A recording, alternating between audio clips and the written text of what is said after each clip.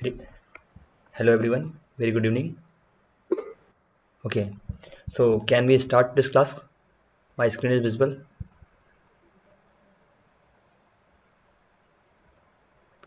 Okay, okay, okay. My screen is clear. Can you see it?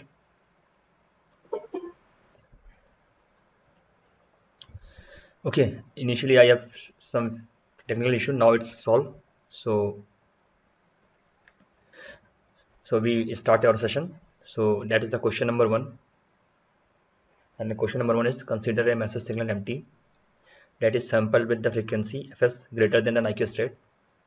So the original signal can be reconstructed from the for the samples m dash n upon fs s. So please try to find out. Question one is clear. Okay.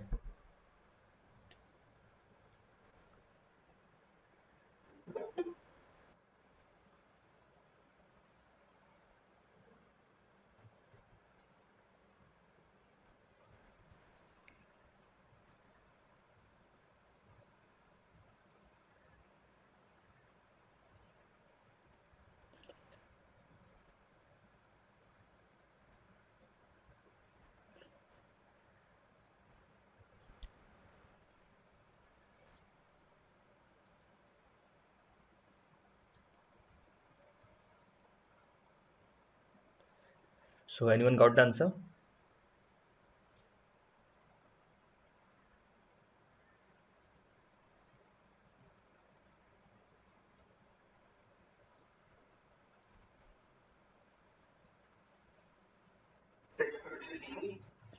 Okay.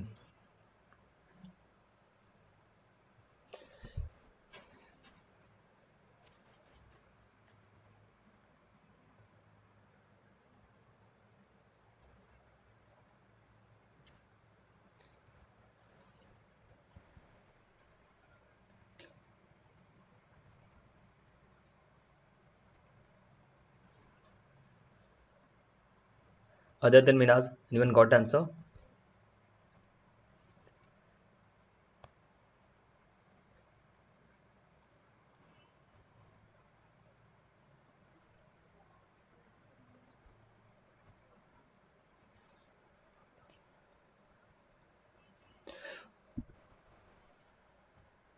Okay, last 30 seconds. After that, we will go for the solution.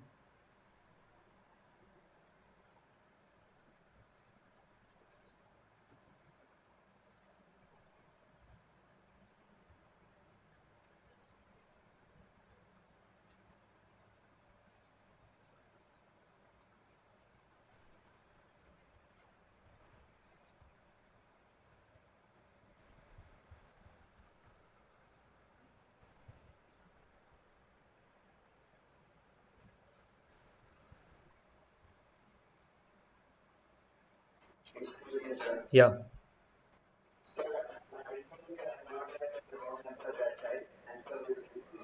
Okay, no problem. We will check it. Okay. So okay, okay. What concept you used in in this question?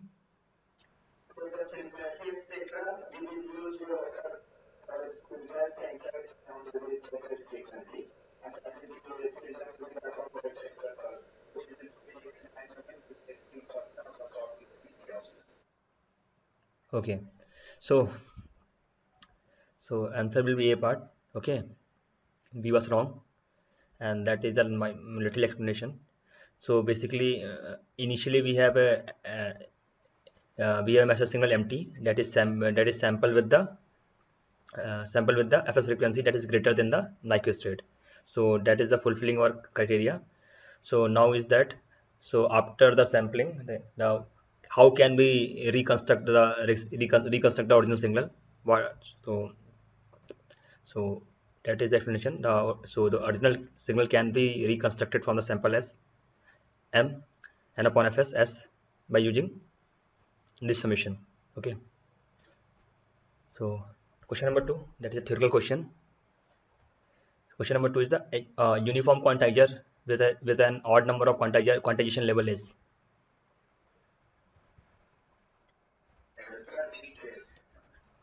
Take some time. Okay. If it's even, then I'm saying if in this question they considered odd numbers, okay, and now we replace it from the even number, okay. So what will be the answer? Mid-rise for odd numbers or even number?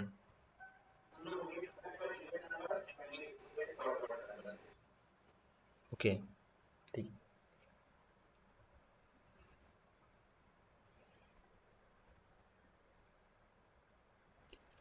Okay. Anyone want to comment on this question? Yeah, any view about this question?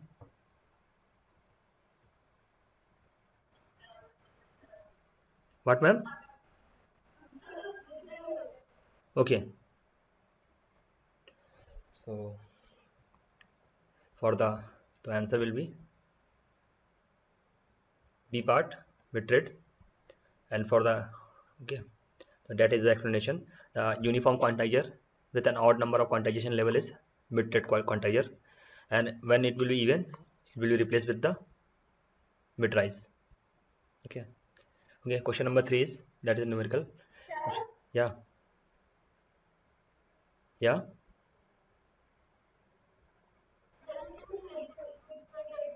Okay. Yeah. It's mid trade. I'm saying when it will be even number of quantization level. When we change the quantization level and it will even, then it will be mid rise.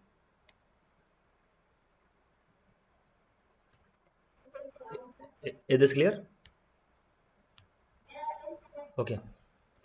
So that is the question number three, and that is consider a super heterogeneous receiver with broadcast frequency is 1 kilohertz and intermittent frequency is 500 hertz. The corresponding image frequency is given as.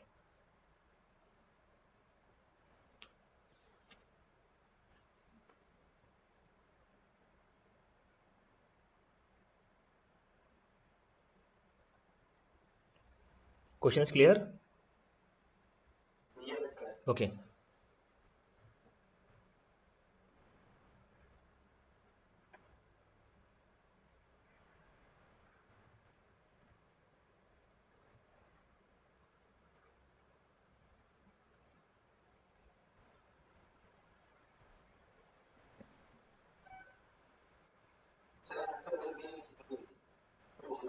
Okay.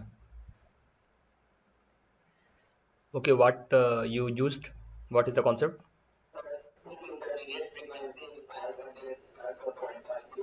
Okay.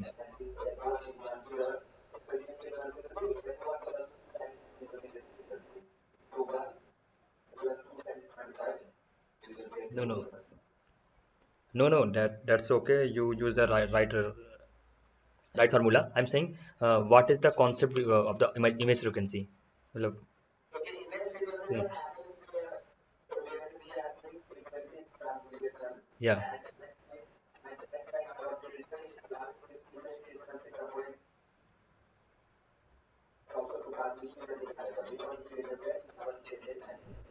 Okay.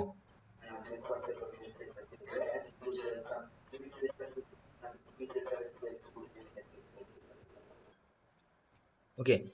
Okay. I add one more thing. As we observe now, when we are using FM signal or FM on your in our mobile, we have the range from 88 megahertz to 1.108 point something megahertz. At, so why we are not going for the 109 megahertz, yeah, or below the 88 megahertz? There is some reasoning. Do you know? It's somehow it's related from the image frequency, concept of image frequency. Try to find out for. Okay, that's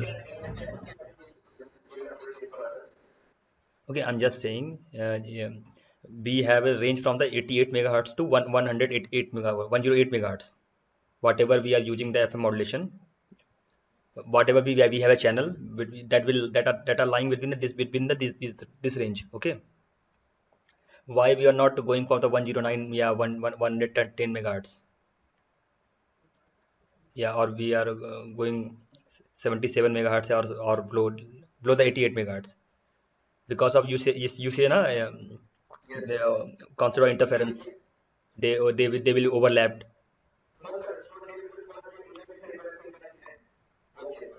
Oh, so that is the reasoning. So that is general question. Maybe some can ask, you can answer this question. Okay, it's clear.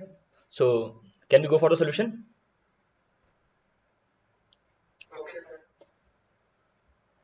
Other than you, and other than Minas, Priya, you got answer? You got answer? Minakshi,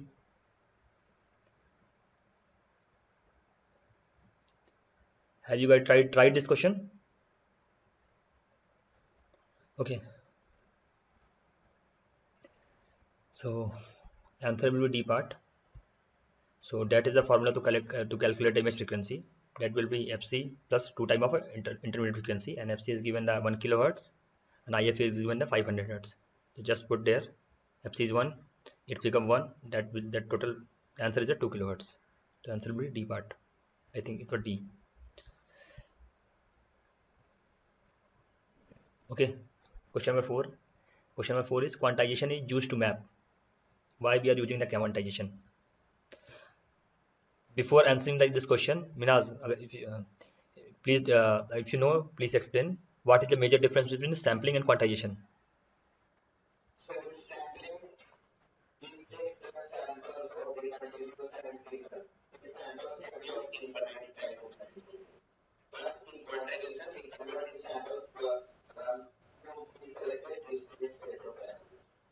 Why? What is the advantage of the quantization?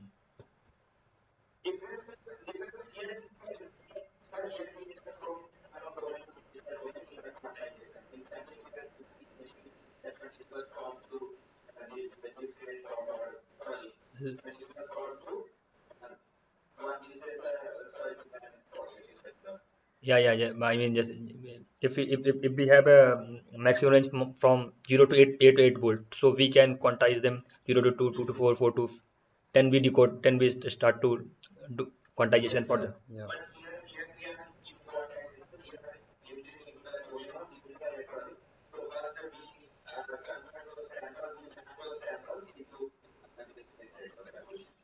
Okay.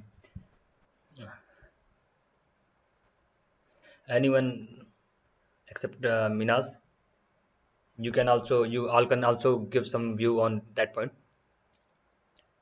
Sudarshan sir, you want to say something? Okay.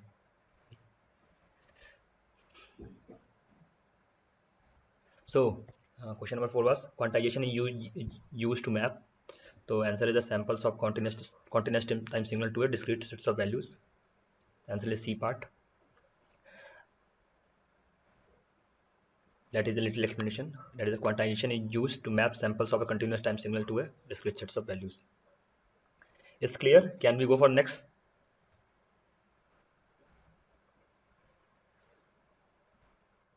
Okay. Okay. Question number 5. Question number 5 is in Dentla modulation. The distortion that occurs when the signal rises or falls rapidly in comparison to the reconstructed signal is termed as.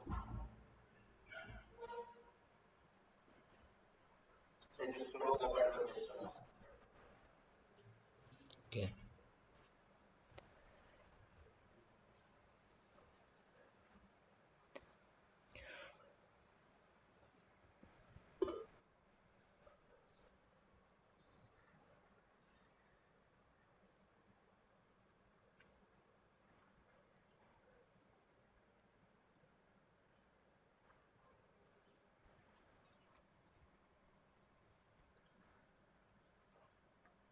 Okay, Vinas, what is slope overload distortion?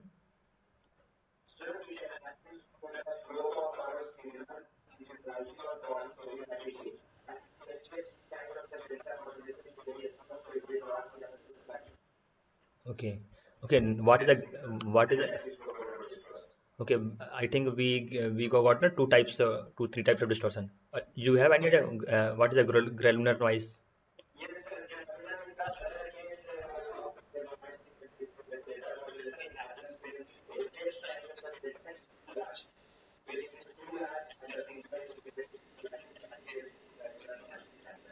Okay.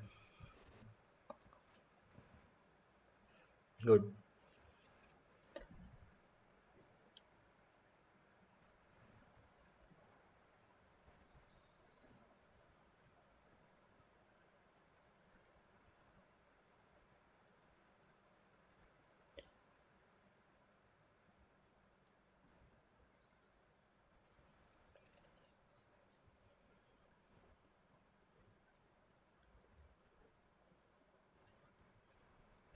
Okay.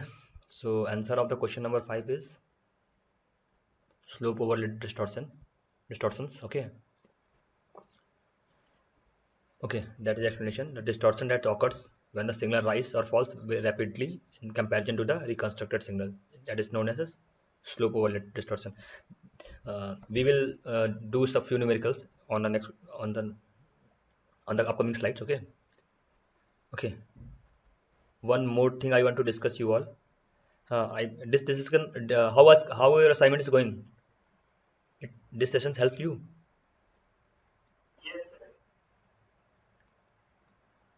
other than Minas because we need your feedback. Priya Sudarshan, Sangoi, please help. Please let me know.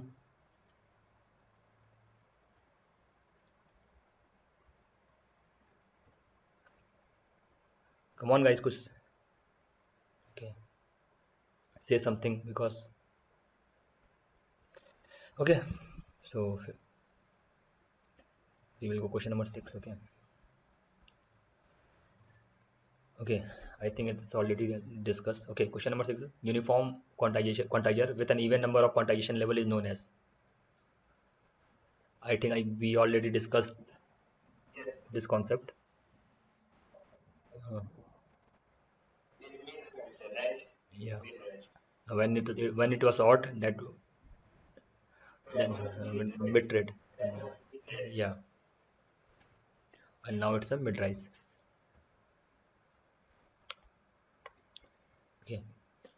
So can we go for next? That is clear to everyone.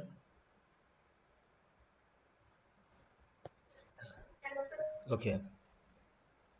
For the okay. For even, it will be mid rise. For odd, it will be mid trade.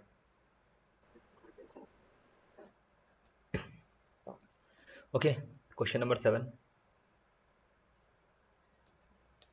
Question number seven. Consider a superhead receiver with broadcast frequency FC and intermediate frequency FIF. The corresponding image frequency is given as. That is a direct formula. Yeah.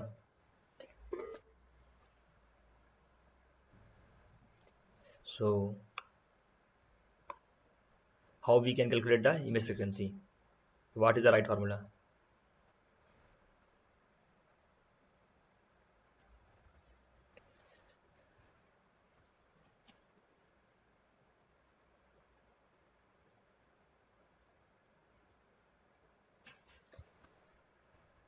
Come on. What will answer question number? What will answer of the question number seven?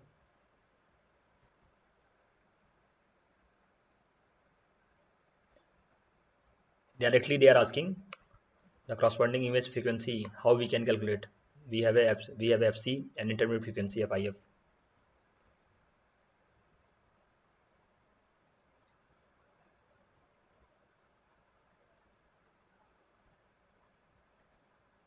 Okay, answer will be what?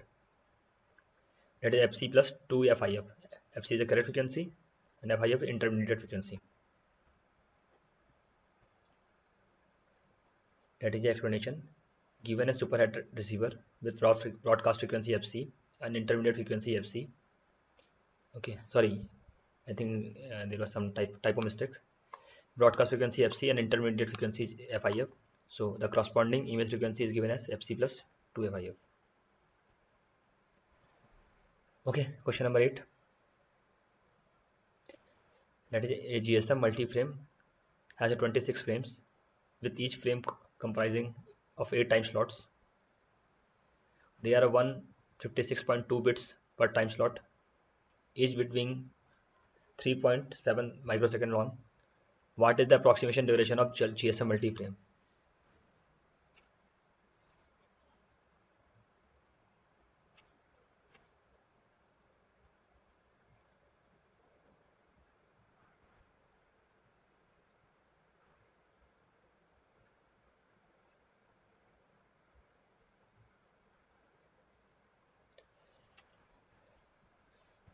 In this question, we have to calculate what is the approximation duration of the GSM multi-frame.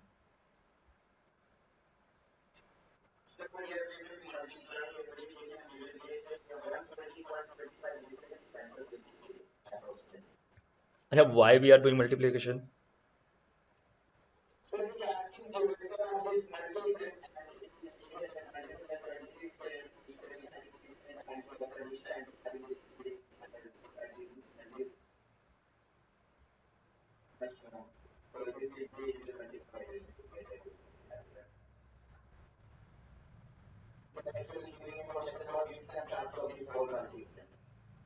Okay.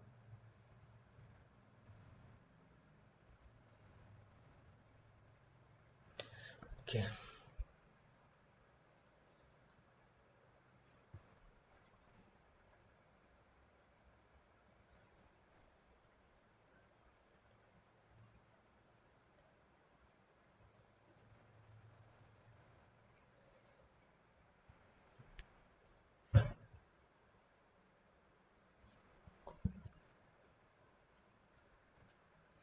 So in this question, you can multiply all these terms, and after that you will get the answer. Okay. So answer will be a part, and that is the solution. Duration of the GSM multi-frame is approximately. So basically, what is the okay? is- In there they mention it's between 3.7 microsecond longs, and there are 156.2 bits 25 bits per time slots, and we have 26 frames, and each having a 8 time slots. So multiply the all these terms, we will get the answer. Okay. Basically this is the frame and time slot. Okay. Question number 9. 9 is consider quantization step size of delta and uniformly distributed quantization error. The power of the resulting quantization noises.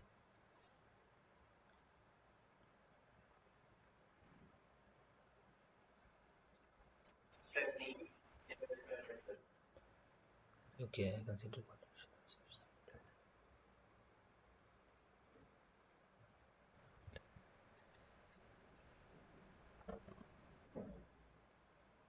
I think, sir, in the lecture, sir drive this formula, na?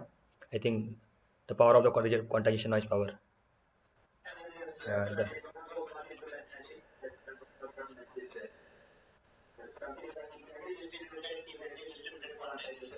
mm, yeah, yeah,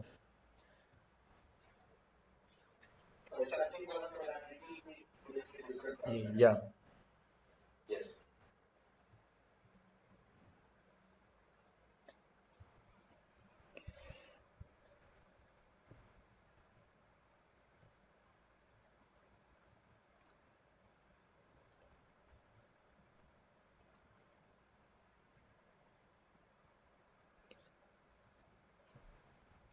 Okay, to calculate the power of the quantization noise, you just use the D option, that is delta square by 12, and from delta is the step size. You can calculate delta for any message signal. Suppose you have a sinusoidal message signal, that is a mt is equal to am sine omega mt. So from using that, you can calculate a delta and put their delta, and you will got the quantization noise power. Answer will be D part. And ready explanation. Given the quantization step size of delta and uniformly distributed quantization error, the power of the resulting quantization noise is delta square by 12.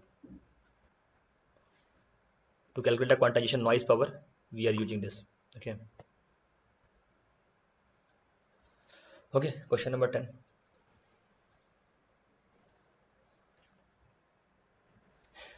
And they are talking about the DPSM, that is a delta differential pulse code modulation. So the question is, which of the following statement about differential pulse code modulation is true? And these four are the options. Okay.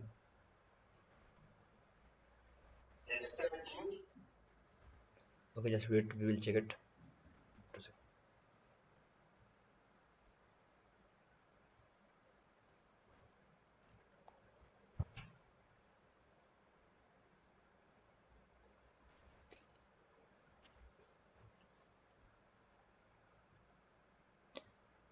I think sir discussed the delta modulation and delta differential pulse code modulation. And two, okay.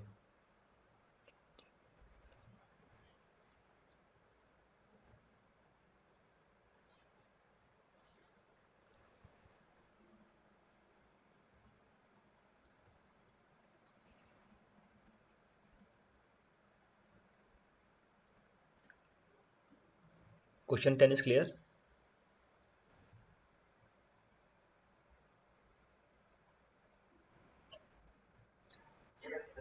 No, no, I'm talking to other people's. Question 10 is clear. Please comment or say yes or no something.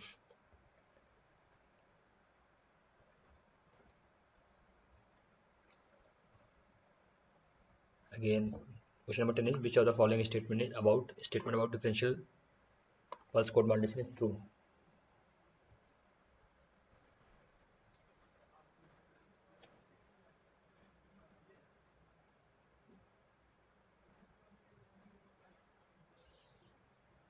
Okay, so option D is the right, that the difference of the massive single sample with its prediction is quantized. Okay, so that is the explanation of that question. Okay, we will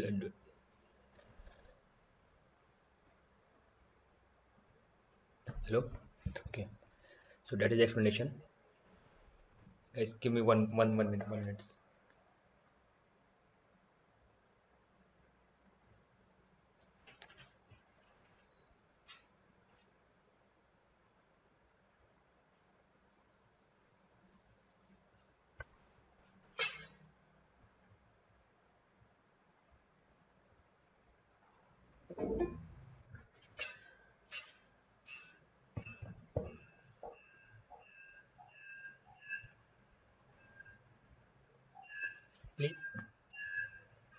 Please, please read the solution. After that, I will explain it.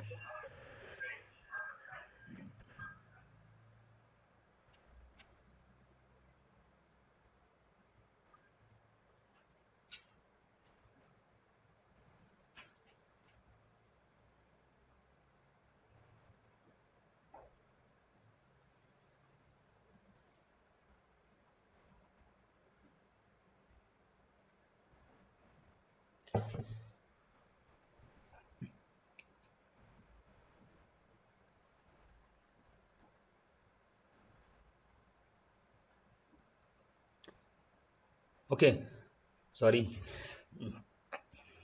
Okay, that is the explanation. Anyone can explain what is going on there?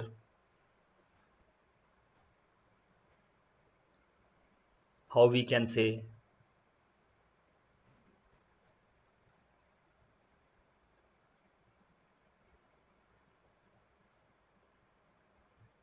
Okay, okay. This is the explanation of the DPSM schemes. Okay, so basically we have a the sample signal is denoted by x NTS. Okay, that is sample signal, and it's the predicted signal is denoted by the x hat NTS. Okay, first of all, I will diagram of the DPS.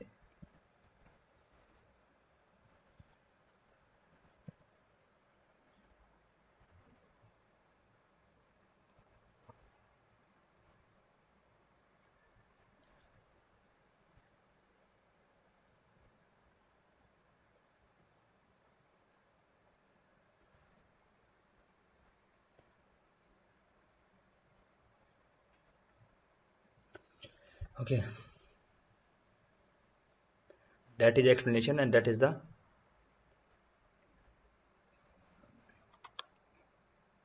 sorry, okay, focus on there. Okay,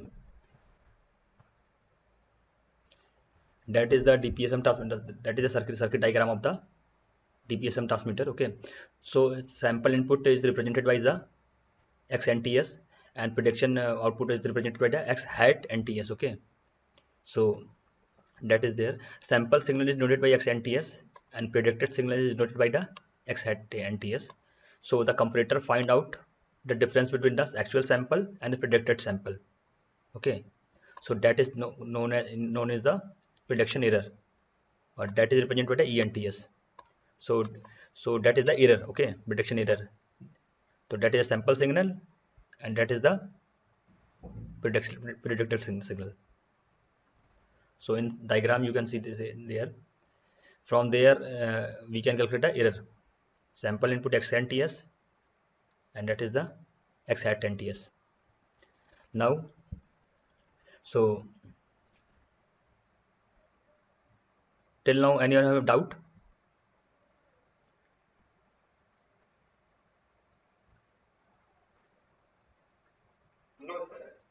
Please, maybe it's a little boring, but I'm trying to explain you.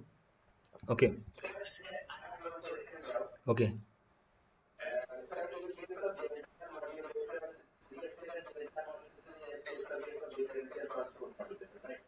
yeah, they have some minute difference.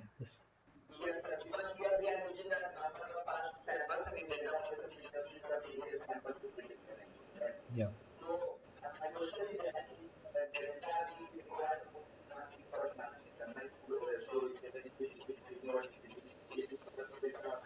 yeah.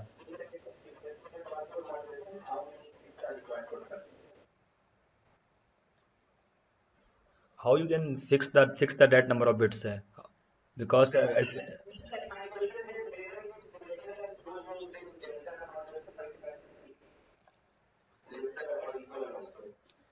in delta we are trying to minimize the n number of bits, because yeah na, because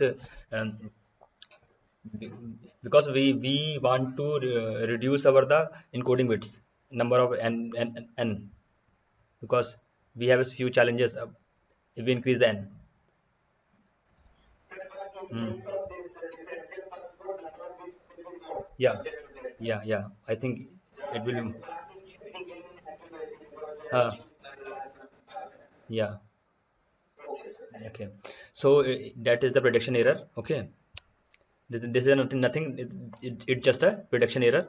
That is our sample signal, and that is the predicted sample. Okay, so now the error is the difference between the unquantized input signal sample and the prediction error. So now the predicted value is produced by using a prediction filter. So okay, so our major task is to minimize the error signal. Okay, so now the quantized output signal EQ and the previous prediction is added and given as the input to the prediction filter.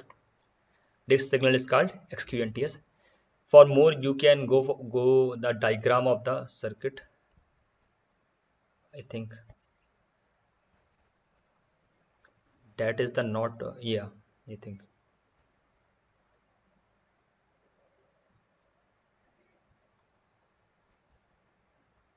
Okay, I think that one is a better.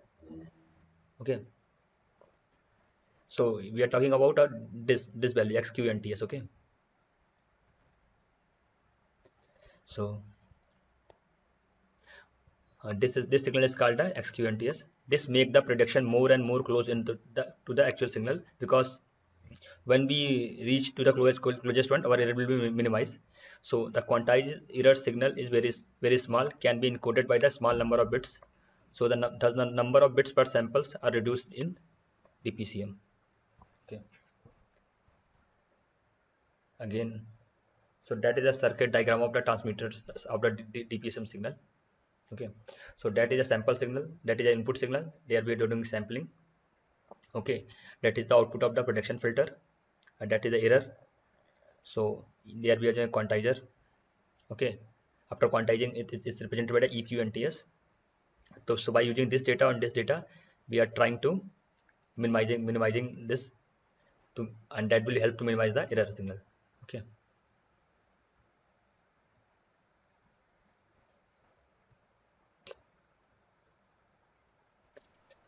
Okay. Sorry, it's maybe boring, but you can go and read it. Okay. Okay. Question number 11. And question number 11 is a sinusoidal signal of 2 kilohertz frequency is applied to a delta modulator. The sampling rate and step size of the delta modulator are 20,000 samples per second and 0.1 volt.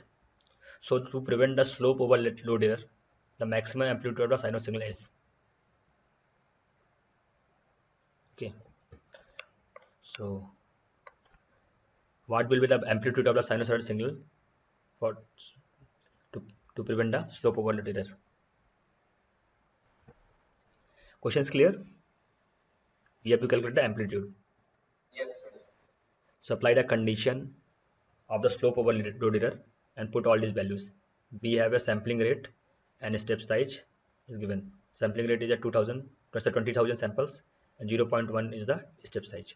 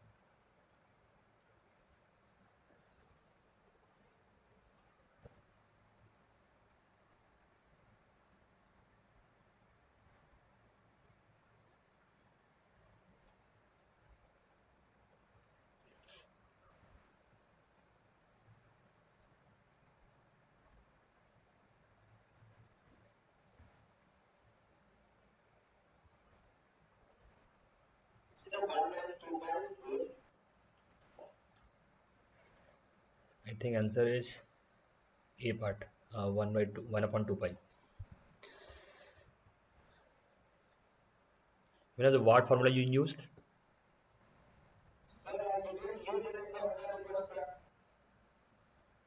Hello? Yeah.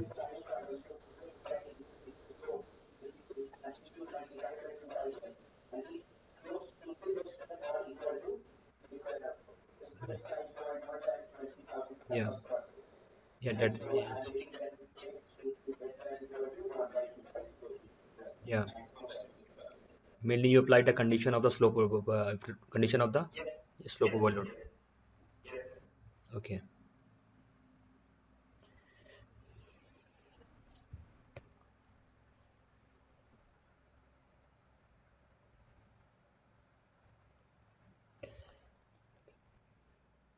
Anyone got the answer?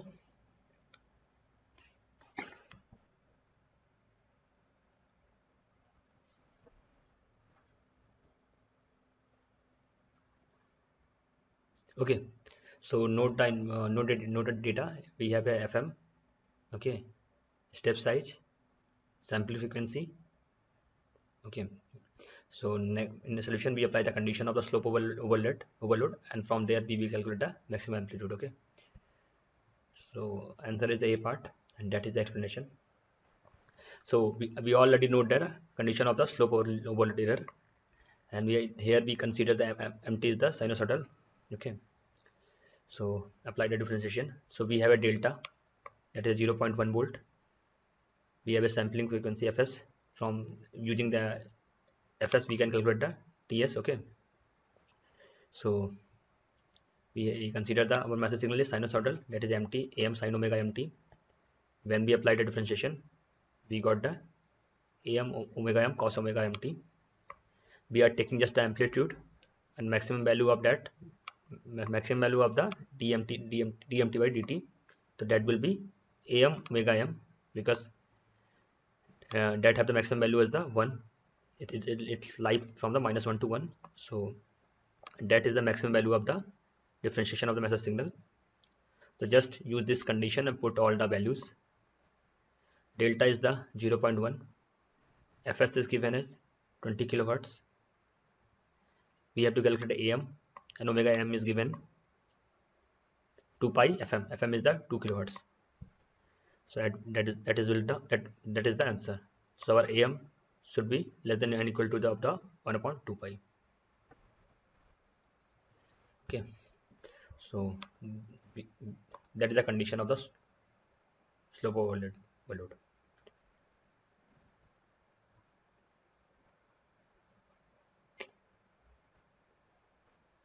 Okay, solution is clear to everyone.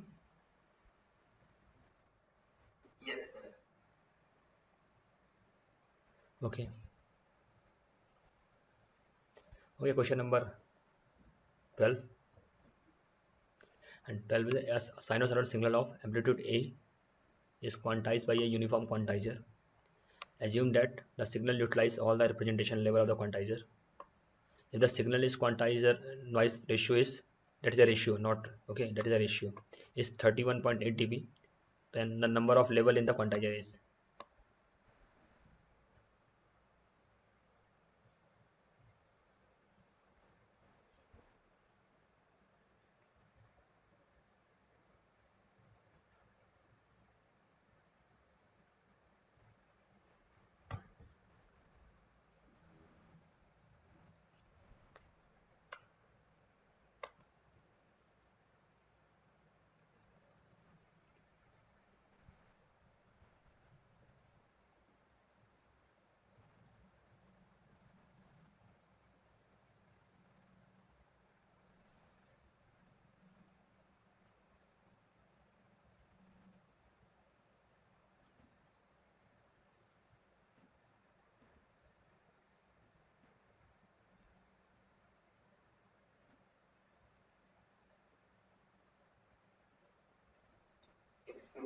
Yeah.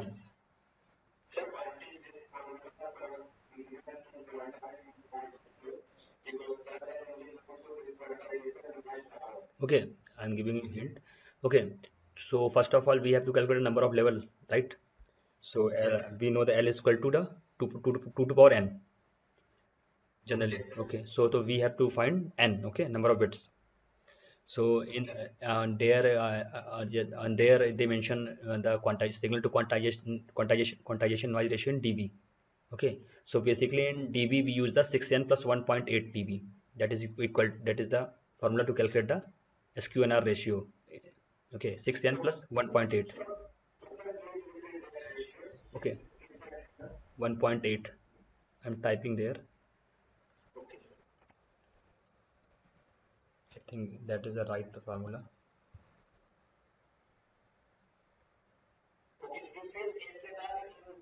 SQNR, not SNR.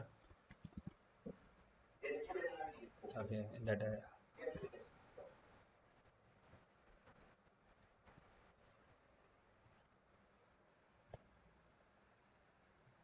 let me check. I think that is the right one. Okay,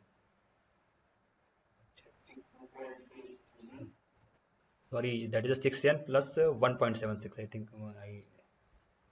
okay, 6n plus 1.7876. So we can write 6n plus 1.8. Okay,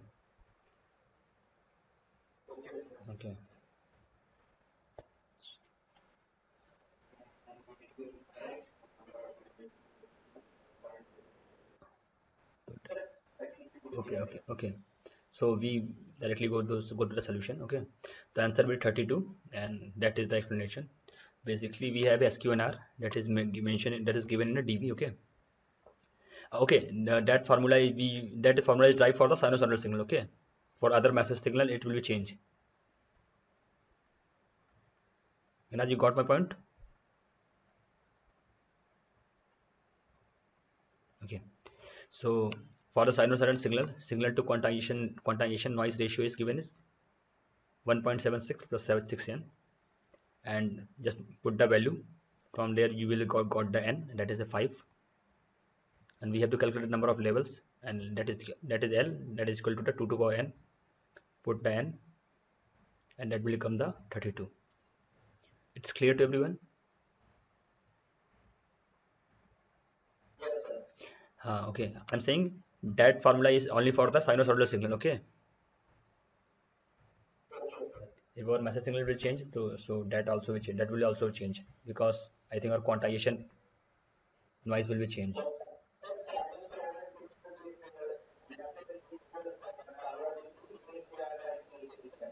Yeah,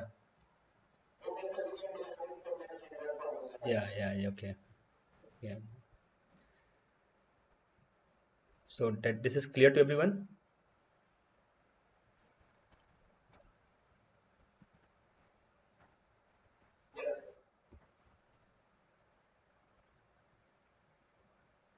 Okay.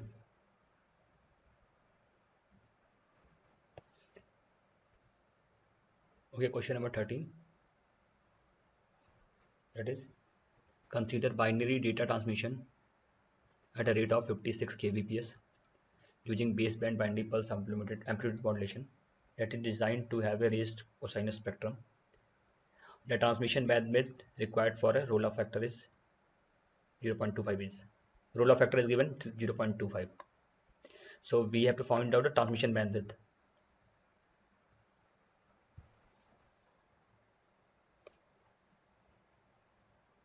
The rate is mentioned, roll-off factor is mentioned. You have to calculate the transmission bandwidth.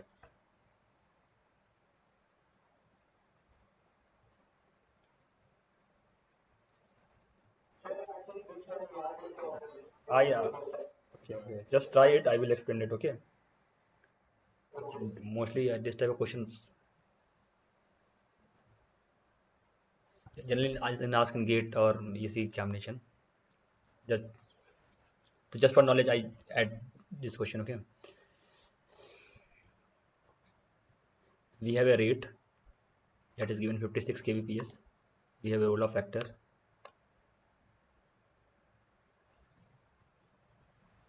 So what will be the what will be the transmission bandwidth?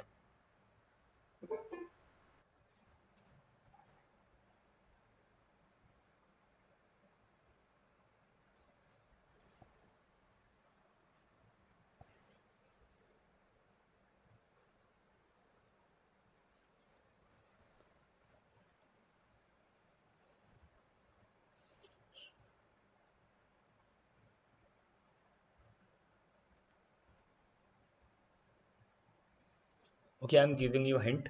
So try it. Okay, basically we have a rate. Okay, that is represented by RV. So to calculate the bandwidth, we generally use the bandwidth is equal to RV by 2. But there one factor is also mentioned, that is a roll-off factor. So then formula will become RV by 2 into 1 plus alpha. So from, yeah, okay, I'm writing there.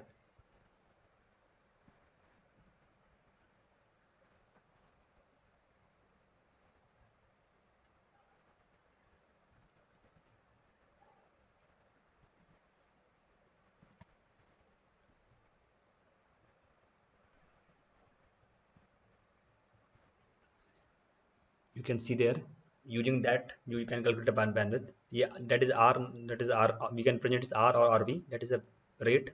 Alpha is the roll-off factor. So from there you can calculate the bandwidth. To try this, try using this. Okay, okay, one second. Okay,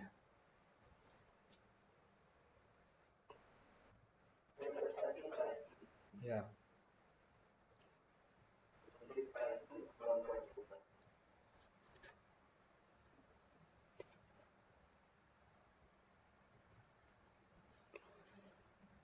Okay, answer is C part, and that is the mention, that is the explanation. So we have a bit rate that is represented RB, that is given 56 kbps. We have roll-off factor 0.25. So with raised cosine spectrum, transmitted bandwidth is, yeah. If alpha is not given, consider alpha is 0, so it will become RB by 2.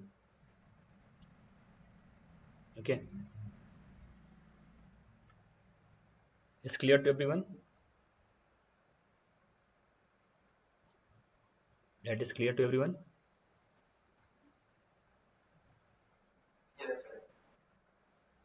So okay, question number 14 is also on the same concept.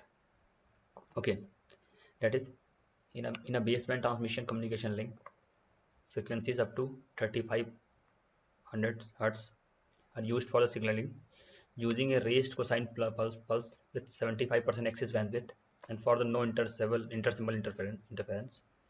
The maximum possible signaling rate in the symbols per second is. They are asking the signaling rate or RB, and I think bandwidth is given. Bandwidth is given. Roll of factor is given. There you have to calculate the rate.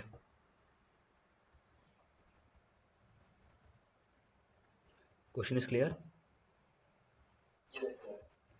Oh, okay.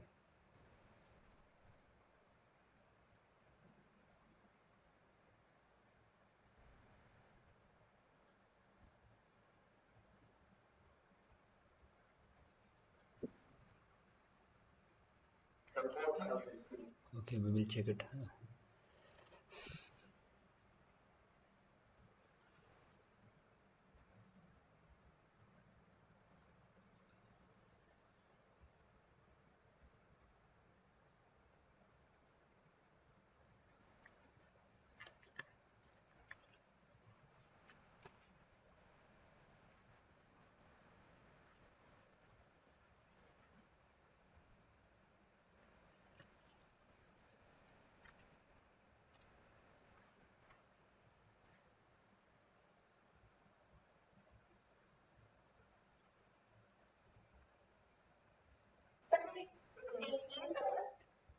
Not, I think not dates. It will be C. It will be C.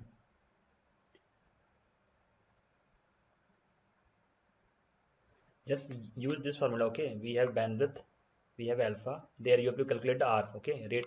You have to calculate the RB, or we can say R. In this question, bandwidth is given, alpha is given.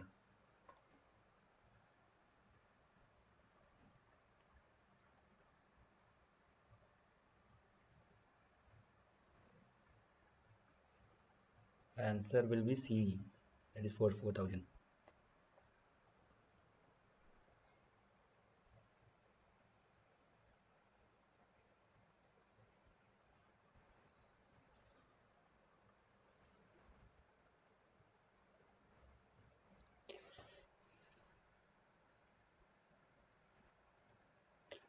Okay, we will go with the solution. Answer is C part, and that is the explanation.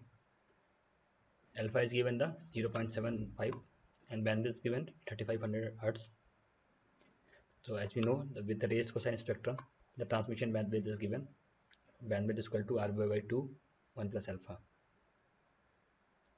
Just put the values. Bandwidth is 3500, alpha is 0.75. So RB will become 4000 symbols per second.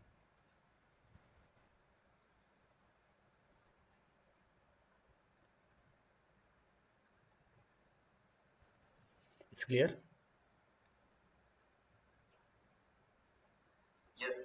Okay, anyone explain what is symbol? What is difference? What is the meaning of the symbols?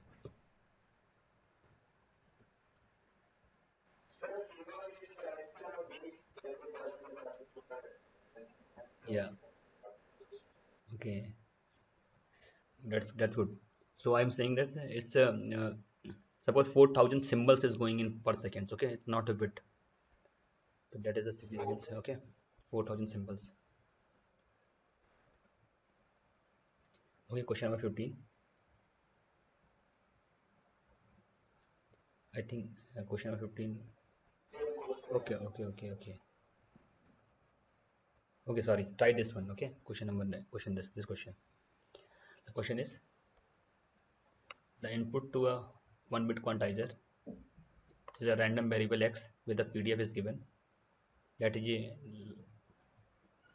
that line from x greater than equal to 0 and fx is 0 for the less than 0.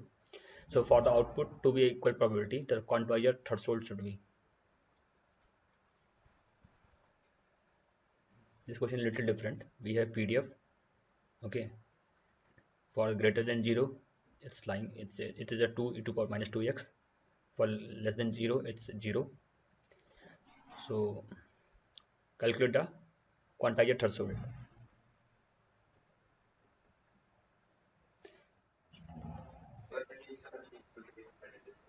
Okay, no, okay. We have a random variable x, okay, and the PDF is given. That is clear. Okay, they are talking about a one bit quantizer. It's mean delta modulation, something you can consider. Okay, you can ignore this one. So they are saying for output to be equal probability, the quantizer threshold should be. So there we have to set a threshold values. Okay, when we are doing the quantization, na, so just suppose we have a amplitude range from the 0 to 4. Okay, so you make a four quantization level: 0 to 1, 1 to 2, 2 to 3, 2 to 3 to 4. Okay, so suppose we have a 0 to 4. So what should be the what you set the threshold VTS? So it will be equivalent. It's if you set the range quantization level at a 1. So you have a range 0 to 1 and other is a 1 to 4. So you will get the quantization error, na? The you have to choose the medium value to avoid the error. You're getting my point? Okay. I'm saying that we have a amplitude range from the 0 to 4. Okay, we have a range 0 to 4. So when we start the quantization, suppose we divide into four part. So what you will do, you consider one range 0 to 1, 1 to 2, 2 to 3, 3 to 4. You divide into four part. Suppose now you're dividing in two part, 0 to 2, 2 to 4. That's okay. Suppose you divide it into 0 to 1, one range 0 to 1, and that is the 1 to 4. Whenever okay, so whenever you are doing the quantization, then you will get the more quantization error. Okay, because one range is the small and one range is the high. So you will choose the optimum value now to avoid error. So optimum is the 2, I think. Okay, so you have to select that threshold value. So for the output to be equal probability, the quantizer threshold should be. You just plot this. Okay, so what I think you got my point. Okay, so what will be the quantizer threshold?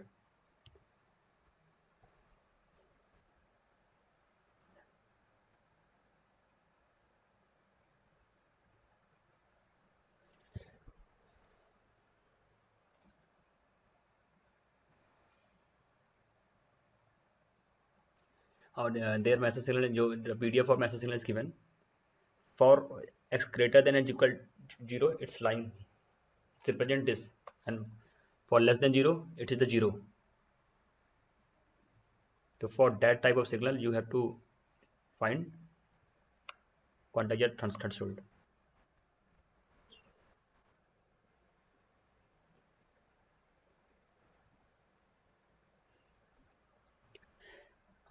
Otherwise, wait, I will go for the solution. Then you are trying, or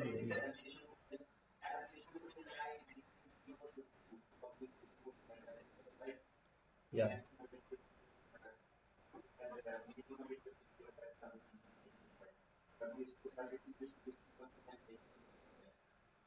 no. They are mentioned. They represent the PDF of the message signal.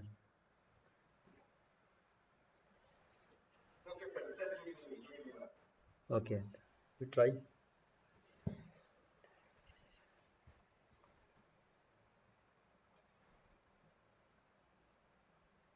Question is clear to everyone, or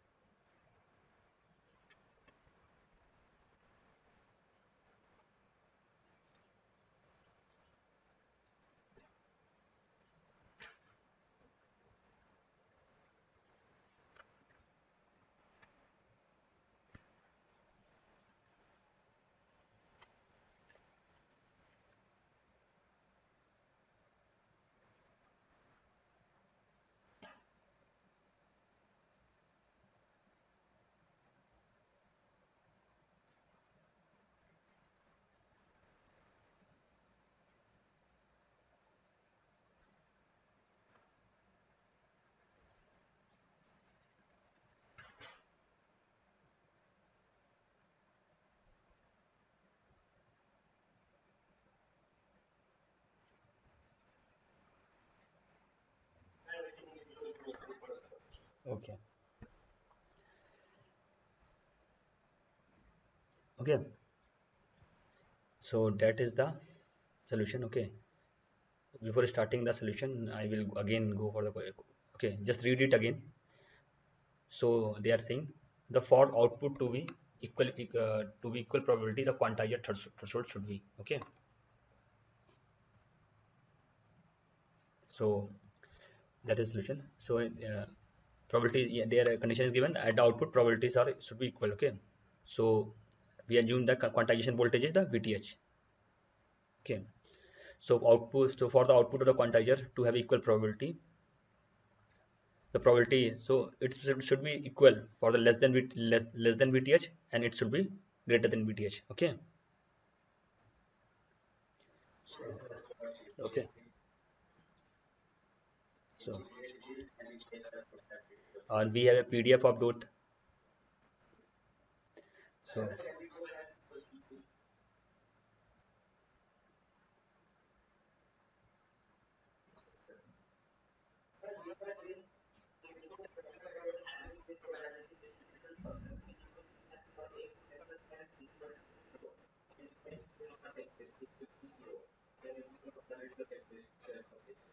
yeah.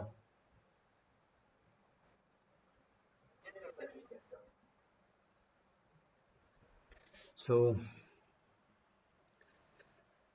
so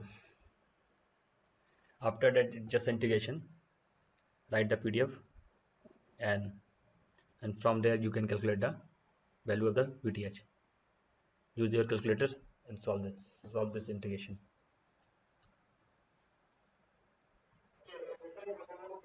Yeah. Okay.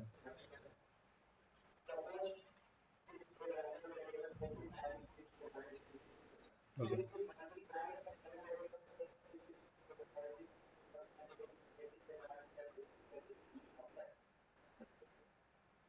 Can you repeat again? I think I missed something. Okay. Okay.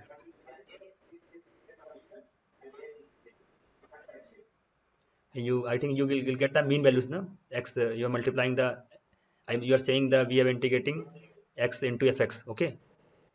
So from there you will get the mean value. Yeah. When you multiply with the x square, it will be mean square, and from there you can calculate the power or something. Okay, standard deviation or okay. I think this was the last question of today's class. Okay. Okay, next, I think next week, if random variable is started, and it will be more interesting. Okay, so there we will see all these things. Okay. Okay. Any doubt to this in today's class? Asking. Okay. Usha, Poonam, Akhila, Meenakshi. Any doubt, Sudarshan sir? Please, ma'am. Okay. So can we close? Okay. Thank you. Okay.